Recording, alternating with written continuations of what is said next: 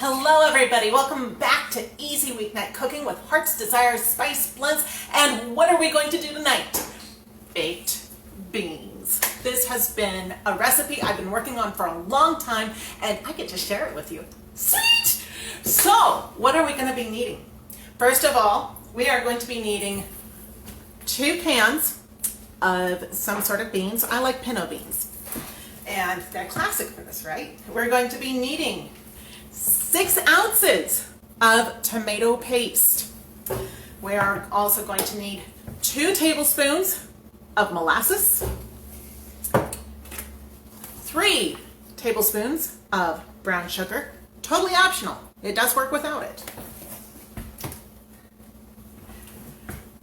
1 teaspoon of liquid smoke, not optional. It's actually a really great salt flavor enhancer. It tastes really kind of salty without salt. 1 tablespoon of chili bowl spice and 1 medium onion, finely diced. Or you can use a teaspoon of onion powder if people don't like the onions in there. So, what do you say we get cooking? Our recipe is right in the description, so check it out. Absolutely. And of course, we're going to need about a medium pan. We're using this wonderful enamel cast iron because we're going to need to put this baby in the oven. Right there. So, we're going to start off and we're going to actually brown our onions and brown the tomato paste first. And of course, we're going to need a little bit of oil for that one.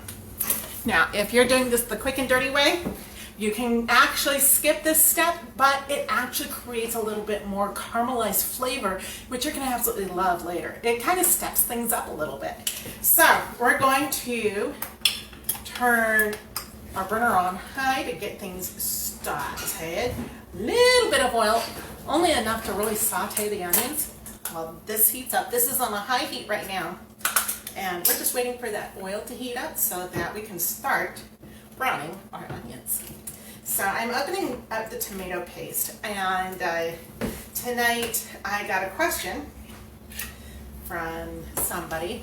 Why are you opening your tomato paste like this with your can opener? And the reason why I'm doing that is because normally otherwise you get a weird lip over here. It's harder to get the tomato paste out. So I like to make sure that the lip on the can right here is actually cut off. That way it's a lot easier to get the tomato paste out. Okay, I'm going to put that aside and open up my other can of beans. And when I'm done with that, this oil ought to be nice and hot. We have our 1 medium onion that's going to go into about a tablespoon of oil. Going to go ahead and move the oil around my pot a little bit. Isn't it a sizzle? And just an even layer across the bottom of the pan. We're going to brown this, which means it's got to stay in contact with the bottom of the pan in order to brown. We have our onions starting to brown. We're going to go ahead and wait for them to caramelize a little bit, flip them over, and then add our tomato paste and let that brown. And what that's going to do is it's going to take a lot of that raw tomato flavor out of our tomato paste and also caramelize the onions a little bit. And what that's going to do to our final dish is add just a lot of flavor. And from there, we're going to add everything else, stir it up, and pop it in the oven. Can't get much simpler. I love it when a plan comes together, right? So,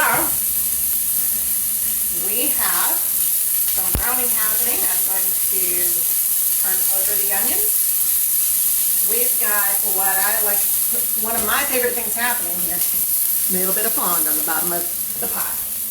Now that is great stuff and it adds flavor. We're going to be using the liquid from our beans in order to soak that up.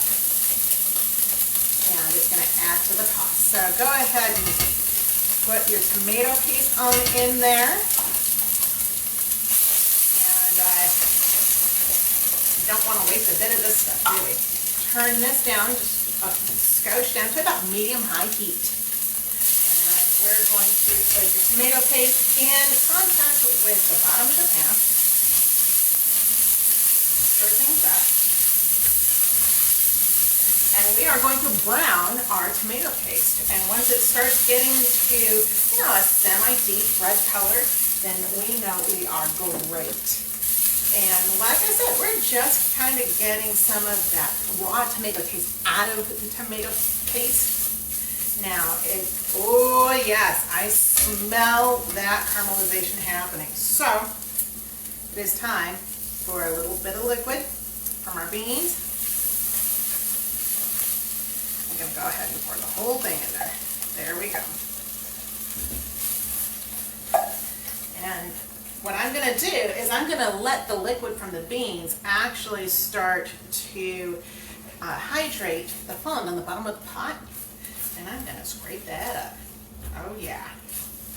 We've got some good stuff happening here. So, turn off your burner, take that off heat, go ahead and stir it up once more. And we are going to add the rest of our ingredients. So this is going to be just a really super quick video today. And we're going to actually put the rest of our ingredients in, stick it in the oven for about half an hour, and we're done. So we need, we're going to need about 3 tablespoons of brown sugar if you like things really sweet. If you don't like things sweet, if you like things kind of savory, you can skip the brown sugar, no big deal. So as with everything, with brown sugar, you're always going to pack it in your tablespoon before you actually put it in there. So 3 tablespoons packed brown sugar. One more. There we go. There's 3 tablespoons. We need 1 tablespoon of chili bold spice. And this makes all the difference in the world. Definitely. So, the spices can make or break your baked beans. Matter of fact, we have added this stuff to Bush's beans or commercial brands all the time. We do that with our barbecue sauce too when we want to cheat. We also need 1 teaspoon of Wright's liquid smoke or any liquid smoke. Some people use smoked salt, but I want that really concentrated smoked flavor because it actually tastes a little salty in there. And when it's baked beans, come on, you gotta have that smoked flavor in there, right? You can also cut up some bacon and brown it with your onions, and that can add a lot of really great flavor. So I'm gonna add 1 teaspoon of our liquid smoke, and then 1 tablespoon of molasses. Actually, wait a minute, what am I saying? 2 tablespoons. 2 tablespoons of molasses. Okay, there's that. Now I get to go ahead and stir it all up, and then we put it in the oven for about half an hour at 350. Sometimes as much as an hour, or just go ahead and put it in a crock pot at this point. Seriously, that works. And this is something I've taken to family barbecues. It's a big crowd pleaser. And people always ask me, bring the beans. So, you know what? It's always really kind of nice when you know what's in your food. And that's one of the reasons why we're here, right? So you can know what's in your food and you can have really great tasting stuff that you don't always get from a can. So, what does it look like before we put it in the oven? Well, you go ahead and judge. It looks great and it smells wonderful. Now what happens after you've had it in the oven for half an hour? Let's go ahead and see.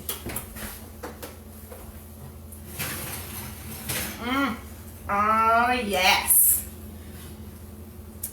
Here we go, right here. So this has been in the oven for about 30 to 45 minutes, and you see it's got that wonderful caramelized skin on it, and it looks awesome. So you've got that wonderful little crust right here that comes from things from being in the oven. It's got a beautiful texture. Oh my gosh. You don't get this with you don't get this with ketchup, people. You just don't, right? You get this wonderful, thick, rich, hearty texture, and the smell is amazing. And it is really hot. I can smell that liquid smoke. It's making my mouth water. You can smell those rich spices, the whole 9 yards. Molasses is just adding those rich caramely smells to this thing. Oh.